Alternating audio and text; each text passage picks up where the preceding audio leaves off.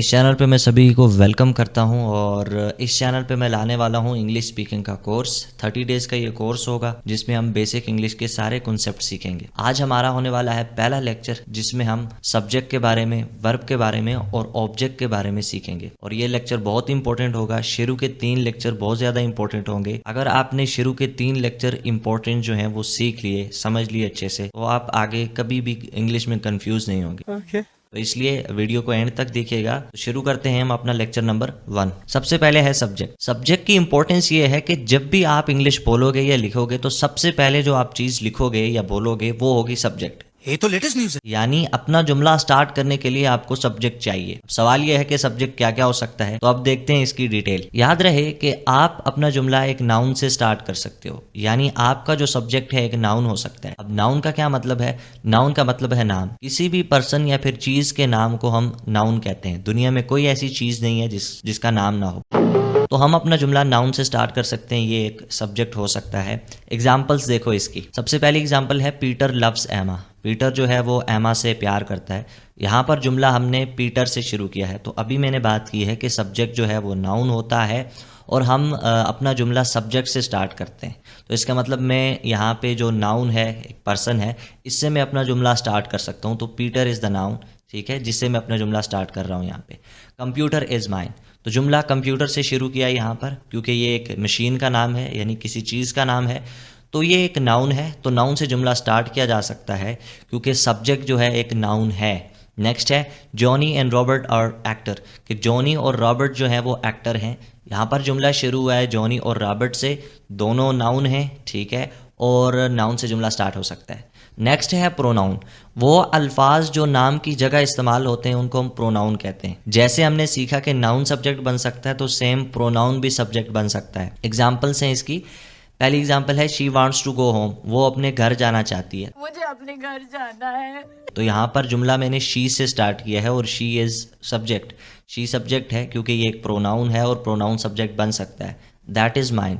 जैसे यहाँ पर मैंने कहा था कंप्यूटर इज़ माइन, लेकिन यहाँ पर मैंने कंप्यूटर की जगह दैट यूज़ किया है, यानी इस नाम की जगह प्रोनाउन यूज़ कर दिया है। कंप्यूटर नाम की जगह दैट प्रोनाउन यूज़ कर दिया है। तो प्रोनाउन वही अल्फाज होते हैं जो नाम की जगह इस्तेमाल होते हैं। तो यहाँ पर जुमला शुरू हुआ है प्रोनाउन से और प्रोनाउन सब्जेक्ट बन सकता है, इससे हम अपना जुमला स्टार्ट कर सकते हैं। नेक्स्ट है दे आर माई फ्रेंड, वो मेरे दोस्त हैं। यहाँ पर जुमला दे से स्टार्ट हुआ है, मैंने किसी का नाम नहीं लिया, तो ये प्रोनाउन हो गया। फिर तो प्रोनाउन से हम अपना जुमला स्टार्ट कर सकते हैं क्योंकि pronoun is the subject, pronoun जो है वो सब्जेक्ट होता है। नेक्स्ट है जेरेंट। वर्ब की फर्स्ट फॉर्म प्लस आईएनजी को हम जेरेंट कहते हैं। ये नाउन की तरह काम करता है, ये एक एक्टिविटी का नाम होता है। हम अपना जुमला जेरेंट से भी शुरू कर सकते हैं। जैसे मैंने बोला कि नाउन से जुमला स्टार्ट हो सकता है, प्रोनाउन से स्टार्ट हो सकता है, तो जेरेंट से भी स्टार्ट हो सकता है। जैसे नाउन सब्जेक्ट है, प्रोनाउन सब्जेक्ट है, तो जेरेंट भी सब्जेक्ट बन सकता है। एग्जाम्पल देखो। सबसे पहली एग्जाम्पल है सिंगिंग इज इजी, गाना आसान है। आए आए होए होए बदो बदी बदो बदी बदो बदी। और यहाँ पर जुमला शुरू हुआ है सिंगिंग से। सिंग ये वर्ब की फर्स्ट फॉर्म है और आईएनजी लगाकर मैंने इसे सिंगिंग बना दिया और मैंने जुमला स्टार्ट किया है सिंगिंग से। तो सिंगिंग जेरेंट है और जेरेंट से हम अपना जुमला स्टार्ट कर सकते हैं। नेक्स्ट है स्लैपिंग, यानी V1 plus ING gerund. Slapping is wrong, मारना गलत है। मेरा मतलब थप्पड़ मारना गलत है। समझ रहे हो? समझ रहे हो आप? समझ रहे हो ना? यहाँ पर जुमला शुरू हुआ है स्लैपिंग से, यानी V1 प्लस आईएनजी से। हम अपना जुमला V1 प्लस आईएनजी से शुरू कर सकते हैं जो जीरेंट होता है, और जीरेंट से जुमला स्टार्ट किया जा सकता है क्योंकि जेरेंट सब्जेक्ट होता है। नेक्स्ट है going there can be dangerous, वहाँ जाना खतरनाक हो सकता है। यहाँ पर गो है, गो के साथ मैंने आईएनजी लगाया तो बन गया गोइंग। गोइंग एक जेरेंट है, एक नाउन की तरह काम कर रहा है, एक्टिविटी का नाम है, तो मैं अपना जुमला गोइंग देयर यानी गोइंग से भी शुरू कर सकता हूँ और गोइंग यहाँ पर सब्जेक्ट है। लास्ट है इन्फिनेटिव। इन्फिनेटिव का मतलब है 2 प्लस V1। याद रहे कि इन्फिनेटिव भी सब्जेक्ट बन सकता है। जैसे हमने अभी ये बात सीखी कि नाउन सब्जेक्ट होता है, प्रोनाउन सब्जेक्ट होता है, जेरेंट सब्जेक्ट होता है, तो सेम इन्फिनेटिव भी सब्जेक्ट होता है। ये भी एक एक्टिविटी का नाम है, ठीक है, ये भी नाउन की तरह काम करता है। अब इसकी एग्जाम्पल्स देखो। पहली एग्जाम्पल है to learn English is easy, English सीखना आसान है। यहाँ पर जुमला स्टार्ट हुआ है टू लर्न से, यानी 2 प्लस V1 से, तो हम अपना जुमला इन्फिनिट से भी शुरू कर सकते हैं। नेक्स्ट है टू स्लैप इज रॉन्ग, मारना गलत है। मेरा मतलब थप्पड़ मारना गलत है। माफ करना, मैं इधर उधर निकल जाता हूँ। यहाँ पर जुमला स्टार्ट हुआ है टू स्लैब से, यानी टू प्लस V1 से, जो कि एक इन्फिनेटिव है और हम इन्फिनेटिव से अपना जुमला स्टार्ट कर सकते हैं और इन्फिनेटिव एक सब्जेक्ट है। लास्ट एग्जाम्पल है to go there can be dangerous, वहाँ जाना खतरनाक हो सकता है। यहाँ पर जुमला स्टार्ट हुआ है टू प्लस V1 से, यानी टू गो से, ये भी एक एक्टिविटी का नाम है, ठीक है, इन्फिनेटिव है और इससे हम अपना जुमला स्टार्ट कर सकते हैं। तो यहाँ पर हमने ये बात सीखी कि सब्जेक्ट जो है नाउन होता है, प्रोनाउन होता है, जेरेंड होता है, इन्फिनेटिव होता है, यानी कि हम अपना जुमला जो है नाउन, प्रोनाउन, जेरेंड और इन्फिनेटिव से शुरू कर सकते हैं। तो याद रहे, सब्जेक्ट एक नाउन, प्रोनाउन और जेरेंड और इन्फिनेटिव ही होता है। अब चलते हैं वर्ब की तरफ। वर्ब का मतलब होता है काम। कोई भी एक्शन जिसे सब्जेक्ट परफॉर्म करता है उसे हम काम कहते हैं, एक्शन कहते हैं, वर्ब कहते हैं, ठीक है। अब याद रहे कि वर्ब जो है वो अपनी 5 फॉर्म्स में चेंज होती ही होती है, ये बात आपने ज़रूर याद रखनी है। अब ज़रा देखो कौन सी हैं वो फॉर्म्स। पहली, वर्ब जो है वो अपनी V1 में भी चेंज होगी, V1 प्लस SES में भी चेंज होगी, V2 में भी चेंज होगी, V3 में भी चेंज होगी और V1 प्लस ING में भी चेंज होगी। तो एक वर्ब हमेशा 5 फॉर्म्स में ज़रूर चेंज होती है। अब क्वेश्चन ये है कि हम कैसे पहचानेंगे वर्ब को, तो उसके लिए एक ट्रिक है। याद रहे, जिन अल्फाज के आखिर में ना आता है उसको हम वर्ब मानते हैं। ये बिगनर्स के लिए ये ट्रिक है, ठीक है। जैसे यहाँ पे ईट, इसका मतलब होता है खाना, इसके आखिर में ना आ रहा है तो मैं इसे वर्ब मान सकता हूँ। रन, ये इसका मतलब है भागना, इसके आखिर में भी ना आ रहा है तो ये वर्ब है। लेसन, सुनना, इसके आखिर में भी ना आ रहा है तो मैं कह सकता हूँ कि लेसन जो है ये वर्ब है। तो वर्ब वो होती हैं जिनके आखिर में ना आए। बस ये जुगाड़ है, समझ जाओ, बिगनर्स के लिए है। चल बस, रुलाएगा है क्या? अब देखो इसकी एग्जांपल्स। पहली एग्जांपल है डू फैमिली की, यानी डू की। जैसे ही मैंने कहा ये वर्ब है, काम है, तो इसका मतलब मुझे फिर इसको 5 फॉर्म्स में चेंज करना है। तो इसकी फर्स्ट फॉर्म है डू, इसकी V1 प्लस SES है डज, इसकी सेकंड फॉर्म है डिड और इसकी थर्ड फॉर्म होगी डन और V1 प्लस ING इसकी है डूइंग। क्योंकि ये एक वर्ब है तो वर्ब फिर 5 फॉर्म्स में चेंज होती ही होती है। नेक्स्ट है बी फैमिली। अब बी को मैं वर्ब मान रहा हूँ तो इसका मतलब ये फिर 5 फॉर्म रखेगी अपनी। जैसे बी वर्ब की फर्स्ट फॉर्म है, इज़मार V1 प्लस SES है, वॉज वर्ब V2 है, बिन V3 है, बीइंग V1 प्लस ING है। ये जो 5 फॉर्म्स हैं डू की और बी की, ये आपने याद रखनी है। अब लास्ट जो फैमिली है वो है हैव फैमिली, यानी हैव वर्ब। जैसे ही मैंने कहा है कि हैव एक वर्ब है तो फिर मुझे 5 फॉर्म्स इसकी चेंज करनी पड़ेंगी, यानी मुझे इसे 5 फॉर्म्स में बदलना पड़ेगा। तो सबसे पहले वर्ब की फर्स्ट फॉर्म आ गई हैव, V1 प्लस SE आ गई हैज़, V2 आ गई हैड एंड V3 आ गई हैड और V1 प्लस ING आ गई हैविंग। तो एक वर्ब 5 फॉर्म्स में ज़रूर बदलती है और बहुत सारी वर्ब हैं, लेकिन उनमें से ये 3 बहुत इंपॉर्टेंट हैं जो कि आपने याद रखनी है, इनको रट लेना है आपने। नेक्स्ट चलते हैं। वर्ब है वांट, ये वर्ब की फर्स्ट फॉर्म है, वांट्स V1 प्लस SES है, वांटेड V2 है, वांटेड V3 है और वांटिंग V1 प्लस ING है। क्योंकि ये एक वर्ब है तो इसका मतलब वर्ब फिर 5 फॉर्म्स में बदलती है। नेक्स्ट है टॉक, V1 है, talks V1 plus SES, talked V2, talked V3, talking V1 plus ING। Last है स्पीक, वर्ब की first form, speaks V1 plus SES, spoke V2, spoken V3, speaking V1 plus ING। यानी ये verb है तो फिर 5 forms में ज़रूर change होगी। तो जितनी भी वर्ब्स होती हैं इंग्लिश में, जितनी भी वर्ब्स होती हैं वो 5 फॉर्म्स में चेंज होती हैं। लेकिन इतनी सारी वर्ब में डू, बी और हैव बहुत बहुत इंपॉर्टेंट हैं, ये आपने याद करनी है। भाई ने बोला करने का तो करने का। अब देखते हैं ऑब्जेक्ट को।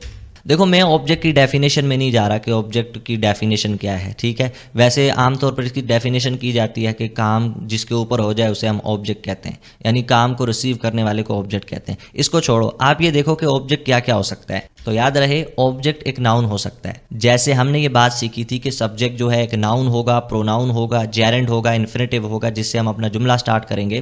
तो सेम ऑब्जेक्ट पे आके बात खत्म होती है, ऑब्जेक्ट पे हम आके अपना सेंटेंस क्लोज करते हैं। तो ऑब्जेक्ट भी एक नाउन हो सकता है। नाउन का मतलब क्या है? नाम है, किसी भी पर्सन या फिर चीज़ का नाम। एग्जाम्पल देखो, जैसे यहाँ पर मैंने जुमला स्टार्ट किया माइकल से कि माइकल ईट्स बनाना। माइकल जो है वो केला खाता है। क्या बढ़िया था गुरु।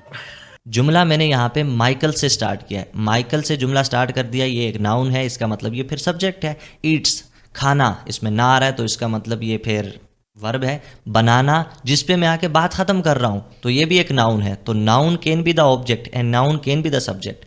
नाउन सब्जेक्ट भी बन सकता है, ऑब्जेक्ट भी बन सकता है। तो यहाँ पे ऑब्जेक्ट हमारा केला है। नेक्स्ट है एमा बॉट अ बुक, एमा ने किताब खरीदी। अब यहाँ पर जुमला मैंने एमा से स्टार्ट किया है, तो मैं एमा से जुमला स्टार्ट कर सकता हूँ क्योंकि ये एक नाउन है और नाउन से ही जुमला स्टार्ट होता है। बॉट अ बुक, यहाँ पे ख़त्म बुक पे किया है मैंने आके, और बुक एक नाउन है और नाउन जो है वो भी ऑब्जेक्ट बन सकता है, तो नाउन ऑब्जेक्ट बनेगा भाई और सब्जेक्ट भी बनेगा, तो यहाँ पे ऑब्जेक्ट जो है वो बुक है। लास्ट एग्जाम्पल है नाउन की, Sophia has painted a picture, कि सोफिया ने ना एक तस्वीर को पेंट किया है। तो अब यहाँ पे जुमला मैंने सोफिया नाउन से स्टार्ट किया है, पेंट करना वर्ब है, पिक्चर ऑब्जेक्ट है क्योंकि एक नाउन है और noun can be the object. अब चलते हैं प्रोनाउन की तरफ। प्रोनाउन हमने पढ़ा था वो अल्फाज होते हैं जो नाम की जगह इस्तेमाल होते हैं। जैसे माइकल है तो माइकल की जगह मैं ही कह देता हूँ, तो ही जो है वो प्रोनाउन हो जाएगा।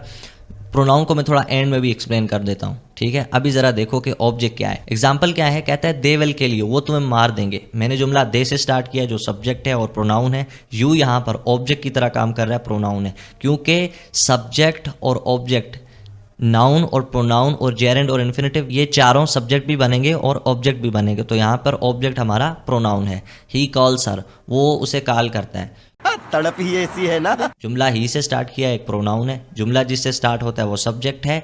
हर जो है वो ऑब्जेक्ट है, ठीक है। यहाँ पर ये एक प्रोनाउन है। The teacher praised him, teacher ने उसकी तारीफ की। जुमला यहाँ पे टीचर से स्टार्ट हुआ है जो कि एक नाउन है। हिम एक ऑब्जेक्ट है जिस पे जाके बात खत्म हुई है, यानी एक प्रोनाउन है। नेक्स्ट चलते हैं जेरेंड की तरफ। जैसे कि पहले हमने पढ़ा कि वर्ब की फर्स्ट फॉर्म प्लस आईएनजी को हम जेरेंड कहते हैं। ये एक एक्टिविटी का नाम है जो नाउन की तरह काम करता है। इसकी एग्जांपल्स हैं, ही एंजॉयज डांसिंग, वो डांसिंग को एंजॉय करता है। अब यहाँ पे डांस वर्ब की फर्स्ट फॉर्म है, इसके साथ मैंने आईएनजी लगाया तो ये बन गया जेरेंड, और जेरेंड यहाँ पे ऑब्जेक्ट की तरह काम कर रहा है। जैसे हमने सीखा था कि जेरेंड सब्जेक्ट बनता है, उससे जुमला स्टार्ट कर सकते हैं, तो इस पे जुमला ख़त्म भी होता है, आके ख़त्म भी कर सकते हो। यहाँ पे ही एंजॉयज डांसिंग, तो यहाँ पे बात डांसिंग पे आके ख़त्म हो गई है, तो यहाँ पे डांसिंग जो है वो ऑब्जेक्ट है। यू कीप स्टडिंग, तुम पढ़ते रहो। जुमला स्टार्ट हुआ है यू प्रोनाउन से, स्टडिंग ये एक ऑब्जेक्ट है जो कि V1 प्लस ING है, यानी जेरेंड है। नेक्स्ट है दे स्टॉप टॉकिंग, उन्होंने बातें करना बंद कर दिया। तो दे से जुमला स्टार्ट किया जो कि एक प्रोनाउन है, और प्रोनाउन से हम जुमला स्टार्ट कर सकते हैं।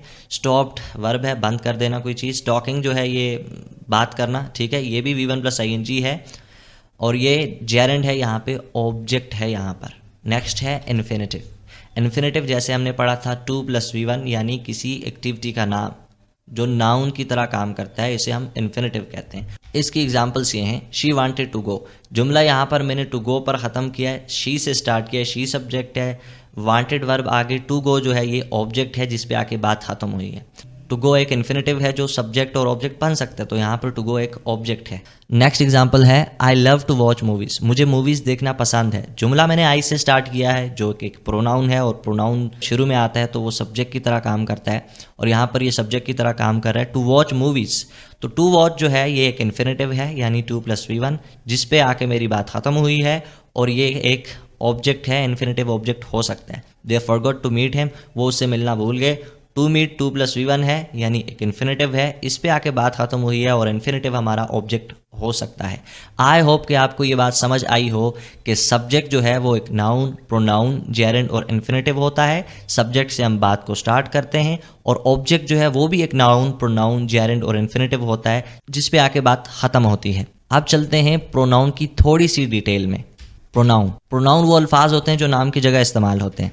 अब याद रहे कि सब्जेक्टिव प्रोनाउन वो प्रोनाउन है जो सब्जेक्ट बनते हैं, ऑब्जेक्टिव प्रोनाउन वो प्रोनाउंस हैं जो ऑब्जेक्ट बनते हैं। अब आई को जब आप सब्जेक्ट की तरह यूज़ करोगे तो आई ही रखोगे, जैसे ही ऑब्जेक्ट में रखोगे तो इसको मी कर दोगे।